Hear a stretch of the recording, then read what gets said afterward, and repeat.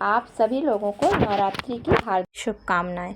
Friends, आज हम देखेंगे कि हम अपने किचन से निकले हुए वेस्ट मटेरियल यानी कि जो सब्जी और फलों के छिलके निकलते हैं उनको डायरेक्ट ही अपने गार्डन में कैसे यूज़ कर सकते हैं। क्योंकि बहुत से ऐसे लोग होते हैं जिनको कंपोस्टिंग बनानी नहीं आती है या समय अभाव के कारण वे नहीं बना पाते हैं और इन पील्स को फेंक देते हैं। तो आज का वीडियो उन लोगों के लिए बहुत यूज़फुल है जिनके पास समय नहीं है लेकिन गार्डन का उनको शौक़ है। वो सीधे सीधे फलों के छिलकों को अपने गार्डन में किस तरीके से यूज़ कर सकते हैं जिससे कि उनके गमलों की न्यूट्रिशन वैल्यू काफ़ी बढ़ जाए। तो आइए देखते हैं कि किस तरीके से बिना कंपोस्ट बनाए हम लोग किचन वेस्ट को अपने गार्डन में यूज़ कर सकते हैं।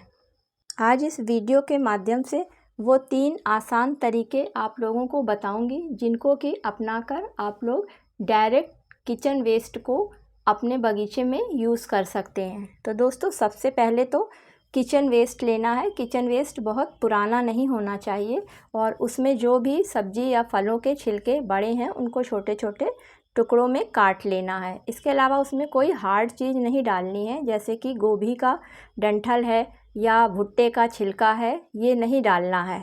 पहले तरीके में जो भी हम प्लांट नया लगाते हैं उसके लिए ये किचन वेस्ट यूज़ किया जाता है।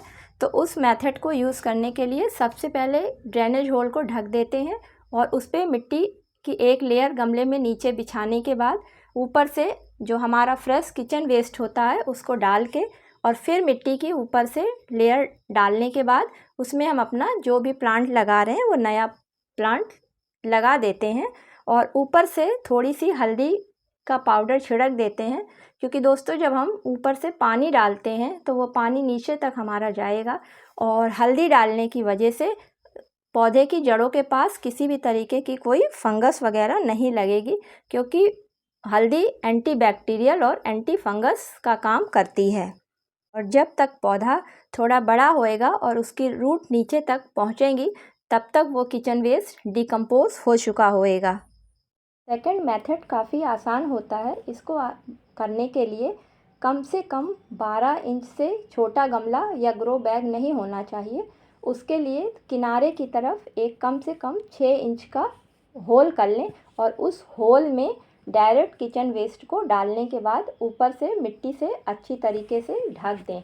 लेकिन दोस्तों, इसमें इस बात का ध्यान रखना है कि होल बिल्कुल किनारे की तरफ बनाना है। जड़ों के आसपास किचन वेस्ट को नहीं डालना है, क्योंकि हो सकता है उसकी वजह से जड़ों के पास फंगस भी लग जाए। इस विधि से कंपोस्ट बहुत जल्दी डिकम्पोज हो जाता है, क्योंकि मिट्टी में काफ़ी गुड बैक्टीरिया पाए जाते हैं जो कि कंपोस्ट को बहुत जल्दी डिकम्पोज कर देते हैं और मिट्टी को काफ़ी फर्टाइल बना देते हैं। वाला तरीका बहुत ही आसान है और ये उन लोगों के लिए बहुत ही ज़्यादा यूज़फुल है जिन लोगों के पास बिल्कुल भी कंपोस्टिंग करने का वक्त नहीं होता है।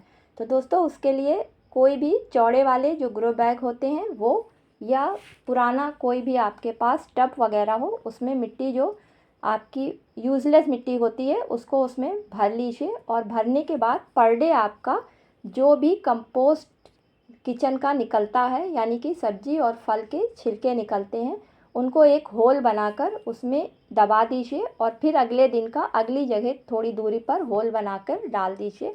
इस तरीके से आपका 10 से 15 दिन में वो आपका एक टब भर जाएगा और ऊपर से आप उसमें मिट्टी बराबर करते रहिए। बस इतना ही इसके लिए आपको काम करना होता है और धीरे धीरे आपका 1 महीने में ये खाद बनके आपकी पूरी तरीके से तैयार हो जाएगी। साथ में आपकी जो पुरानी ख़राब मिट्टी है ये भी फर्टाइल हो जाएगी।